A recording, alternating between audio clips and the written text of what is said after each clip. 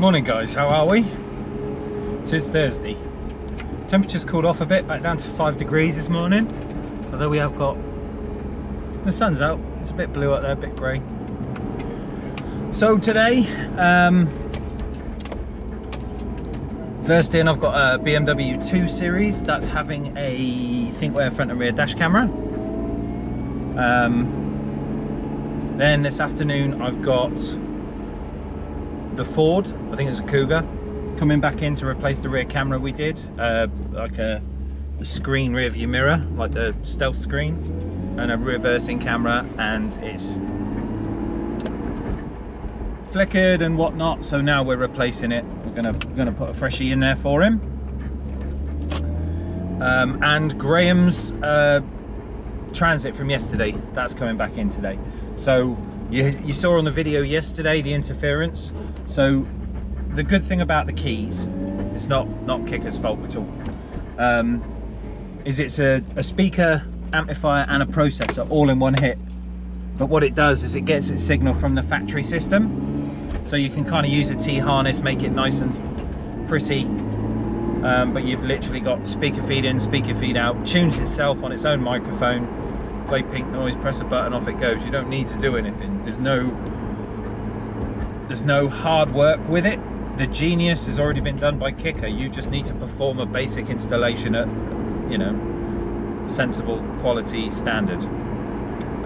But it's, so when I brought that vehicle in, as soon as I'd open that door, I could hear that faint little whine, and it's not Kicker's fault. It's the vehicle has really bad suppression of an electrical system, that when those, whether you want to call them ECMs, ECUs, when the SAM units wake up, it starts buzzing, starts hissing, starts doing something.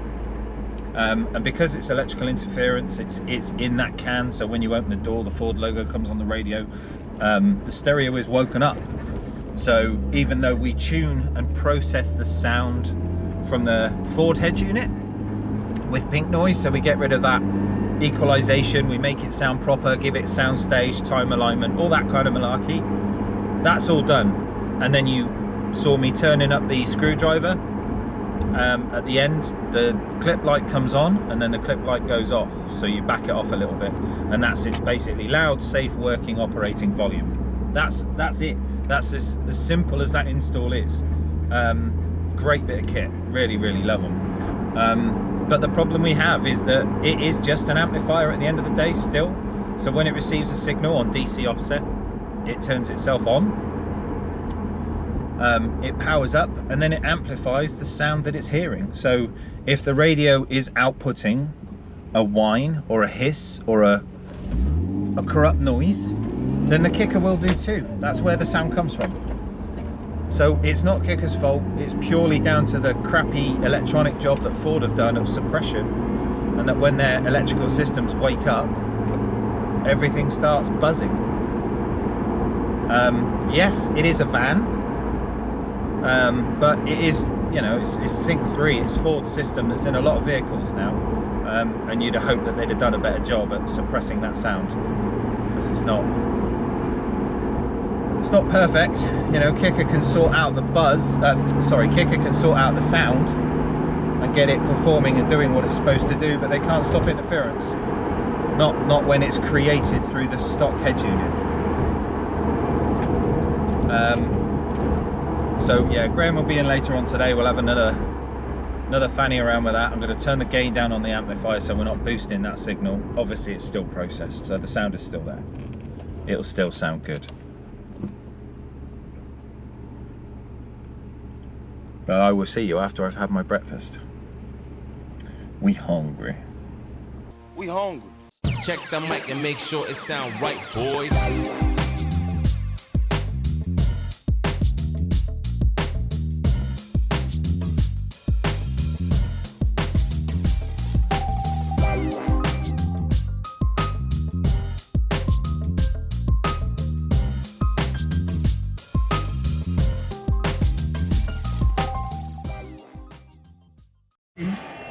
That was close, nearly broke my neck.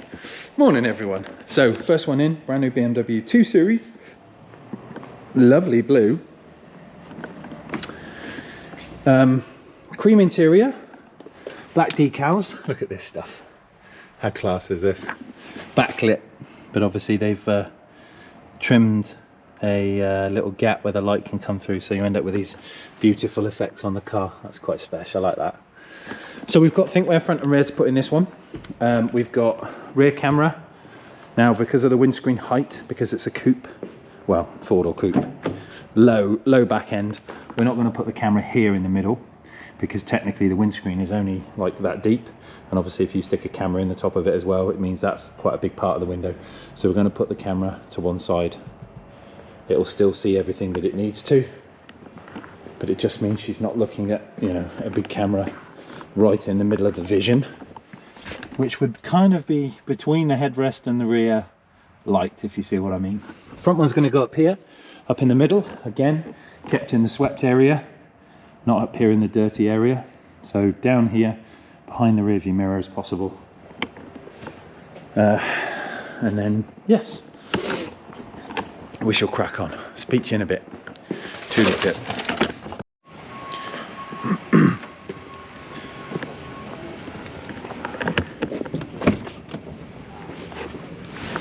So there we go, guys. Camera's done. Like that. Personalised car. And there's the rear one. See what I mean about it blocking? If it was any lower in that middle section, she wouldn't be able to see properly at the back. But this one's done. Let's give her a call.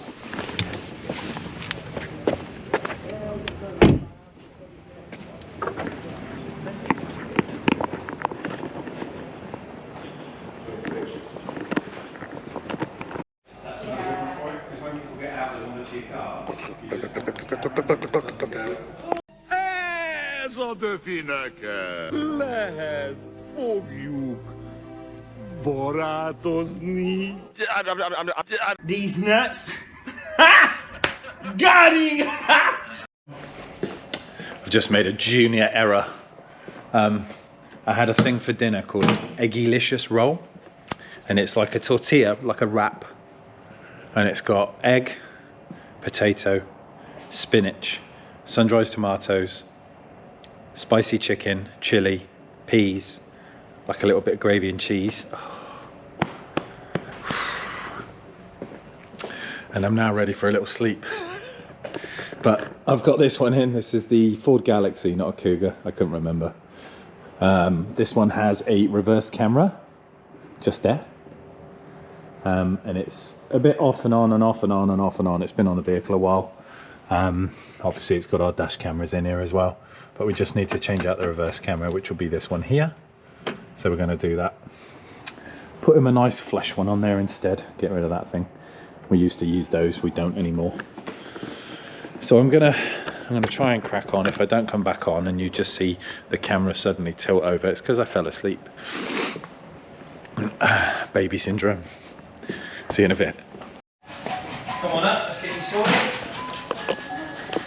Hello everyone. Today's job, Alex's job this afternoon, has been to replace the reversing camera, which is just up there in the middle of the number plate. The new cable's been routed through the behind the boot cover, through the up through the grommet, down through, across the headliner, and then down into the front of the car, and all the cabling's been hidden up behind the glove box. Tested, and he's got a lovely view on his rear view camera now. Ding dong, ding dong, ding dong, ding dong. Job's a good one.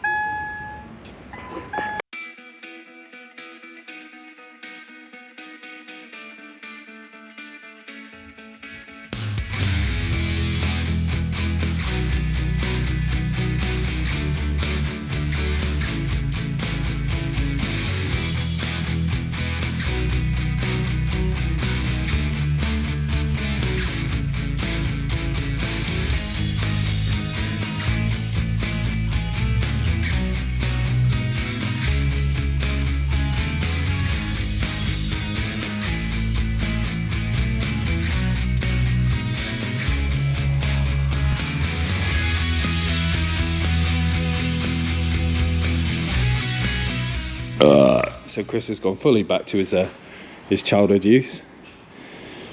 Now we've got a big plastic splitter. Look at that! Hey? Hey? Tell you what, you scream into McDonald's car park, mate, pull a handbrake, and there's going to be fucking wet knickers everywhere. Free burger. Too far! God!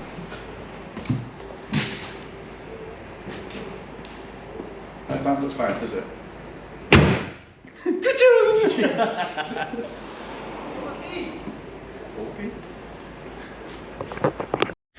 Oh, evening everyone, how are we? Oh, let me just turn down that radio before we get zapped out for copyright. La la la la la la la la la.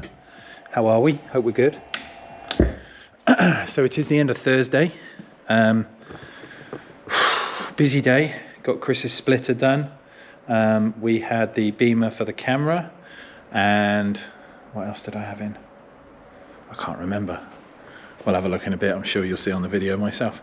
But it's been a busy old day. I'm just getting ready to pack up home. I've just had a couple of deliveries. So somebody asked me, what do I wash the cars with because they were so shiny? So my little trick, my little secrets. We have Autoglim's Polar Wash. We have got the Snow Foam, which is the Polar Blast. And then we have the Polar Seal, which basically is like the best smelling car cleaner you've ever smelled in your life. It's seriously like Tom Selleck aftershave. Buy it, it's amazing. So we run the Polar Blast and the Snow Foam in one cannon, excuse me. We then wash it, we then Polar Seal it with another cannon, leaves a white cream all over the car, and then you dry the car either with a blower or a chamois as normal, and you end up with a nice reflection, a nice finish, a nice shine, and the dirt does not stick to it. But also I've just picked up these, which is the Autoglim Rapid Ceramic Spray. So this is like a quick detailer, but it adds obviously a certain amount of ceramic, which is good for holding that shine. But both these cars, this one and the Cube, that's literally, it's just rain, so excuse the watermark on it now, but that shininess is literally from those three things: Snow Foam, Blast, Wash, and a Seal, and that's it. And they come out looking like that. Pretty cool. Just grab we need the keys for the Cube. It's taking the Cube home tonight. I've got donuts for the girls, and let's turn off everything over here just for a second.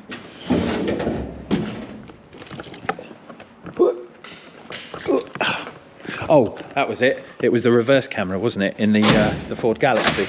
That was the other thing we did. I just remembered. Seriously, mine like a sieve. This age, I tell you. Good job I don't forget where I work, eh?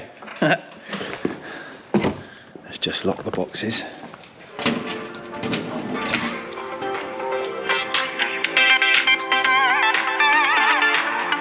Sorry about that. That was Max, my friendly Jamaican. His quality. Oh, look at that. Got a big joint of beef as well. The grandparents dropped that in. Gonna get fat tonight. Donuts and beef. No, we're not. The other thing I had delivered is a set of speakers. This is obviously for that range we did. So we've got the APK 165s. Big old magnet on it. And the little tweeters. Beautiful little thing. So these are going to go in the range. We're going to do a little upgrade on the stereo kit. I've got some rings which are in the doors. So these are the speakers that are in there, like a B&W affair. You might recognize these if you're familiar with car audio. This is like an under-seat sub for the BMW 3 Series, FEs, that E90 kind of thing. But this is in the door on the range. So we use this as a template and obviously create a 165 hole for the middle, not an 8-inch hole. And that will be our speaker mount. But we've got some stuff to go in there. So that's possibly a Saturday job. I did have a big job booked in tomorrow, but I asked the customer to come in and leave a deposit. He said he was going to, never came back. So more COVID cars, as they say. Lots of bookings, no work. So we'll see what happens tomorrow. It could be a day of basically prepping for the Land Rover at the weekend, on for Saturday with me and Neil.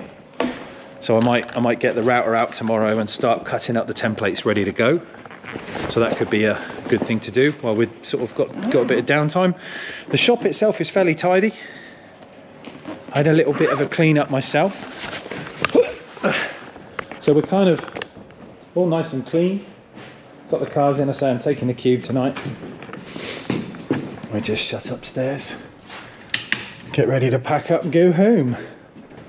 But everyone's already left. Just me and the old seagulls. Little bastards. But that's it. Bright and early tomorrow, guys. I will talk to you the end of Thursday. Whatever you're doing tonight, keep safe. Be good. I'll see you tomorrow. Bye.